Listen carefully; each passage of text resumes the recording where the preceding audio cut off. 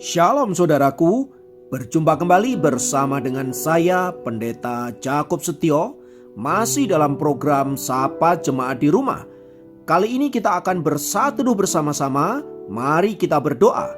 Bapa kami rindu, firman-Mu sungguh memberkati kami, dan biarlah melalui renungan firman itu, kami semakin dikuatkan, diteguhkan di dalam pengiringan kami akan Engkau.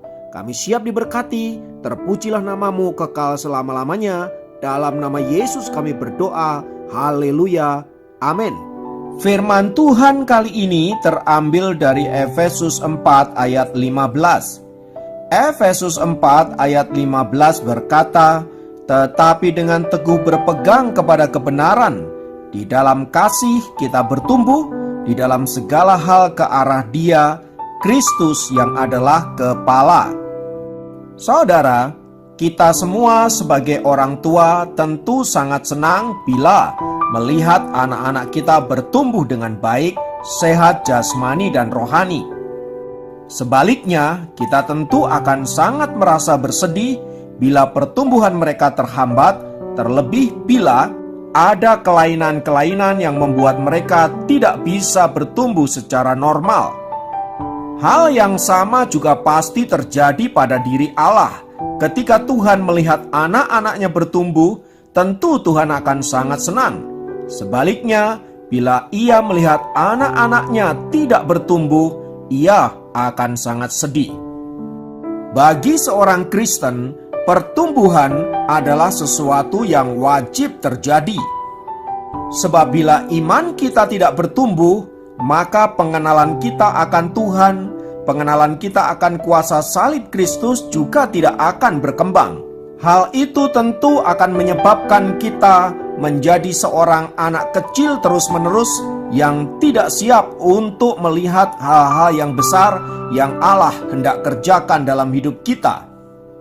Itu artinya setiap waktu kita harus terus mengalami pertumbuhan. Seiring bertumbuhnya usia kita, seharusnya pertumbuhan rohani pun mengalami pertumbuhan yang semakin baik.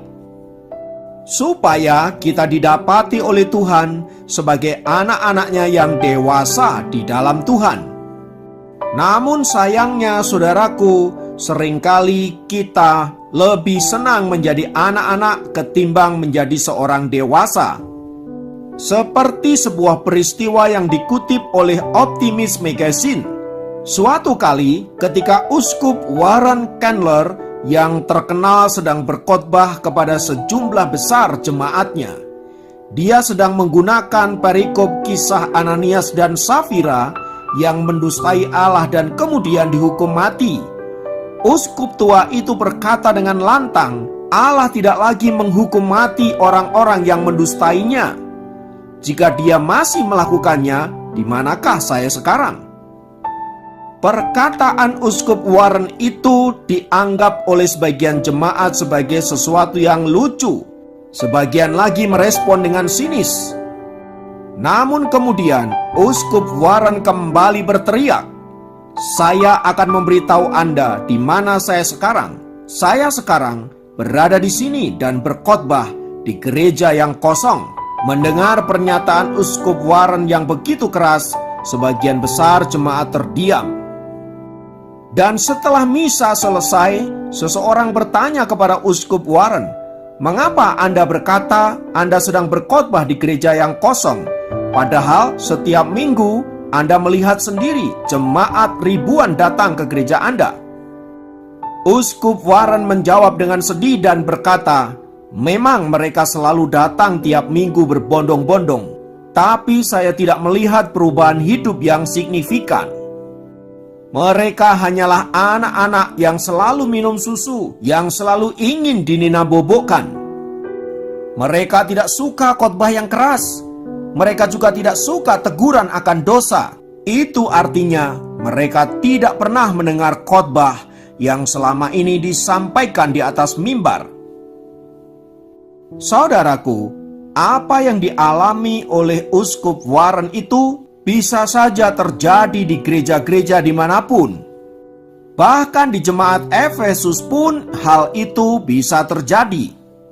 Itulah sebabnya Rasul Paulus mengingatkan kepada jemaat di Efesus agar mereka berpegang teguh kepada kebenaran dan kasih Allah, agar olehnya mereka bertumbuh di dalam pengenalan akan Kristus, pengenalan akan salib Kristus, sehingga mereka menjadi anak-anak Tuhan yang dewasa di dalam iman dan di dalam pengenalan akan salib Tuhan kita, Yesus Kristus. Belajar dari firman Tuhan di atas, saudaraku, mari kita menjadi anak-anak Tuhan yang terus bertumbuh di dalam pengenalan kita akan Tuhan. Lewat berbagai peristiwa yang kita alami, baik suka maupun duka, dan lewat pelajaran-pelajaran firman Tuhan yang kita terima di atas mimbar, dan juga pembentukan lewat persekutuan dengan anggota tubuh Kristus, kiranya itu semua menjadikan kita anak-anak Tuhan yang terus bertumbuh semakin dewasa.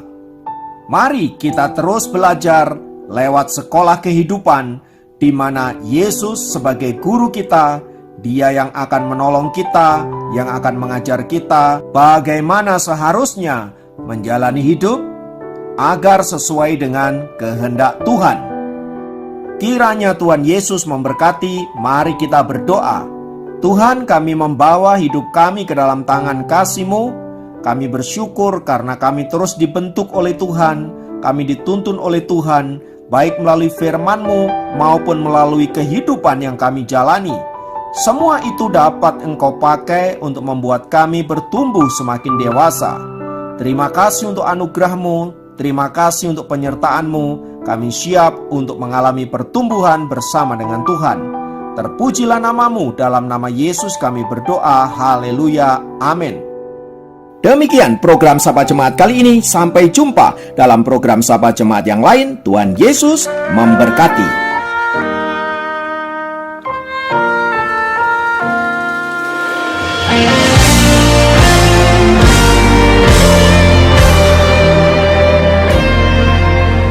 Ku hidup oleh anugerah-Mu, yang terbaik ku terima dari-Mu.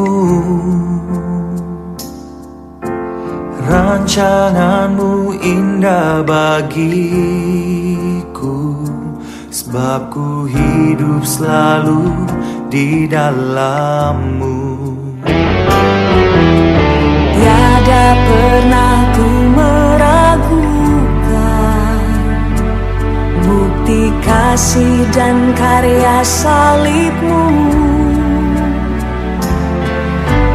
Kau telah mati gantikan hidupku, sebab itu ku selalu bersyukur.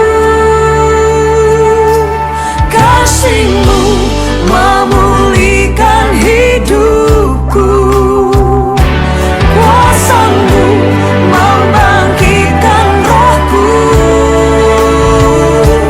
Darah-Mu telah tercurah bagiku, pengorbanan-Mu sempurna.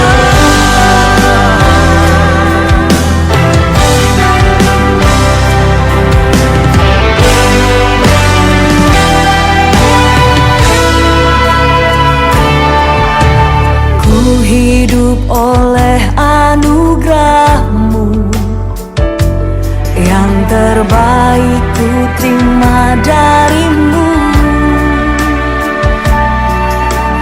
Rancangan-Mu indah bagiku, sebab ku hidup selalu di dalam-Mu. Tiada pernah ku meragukan bukti kasih dan karya salib-Mu.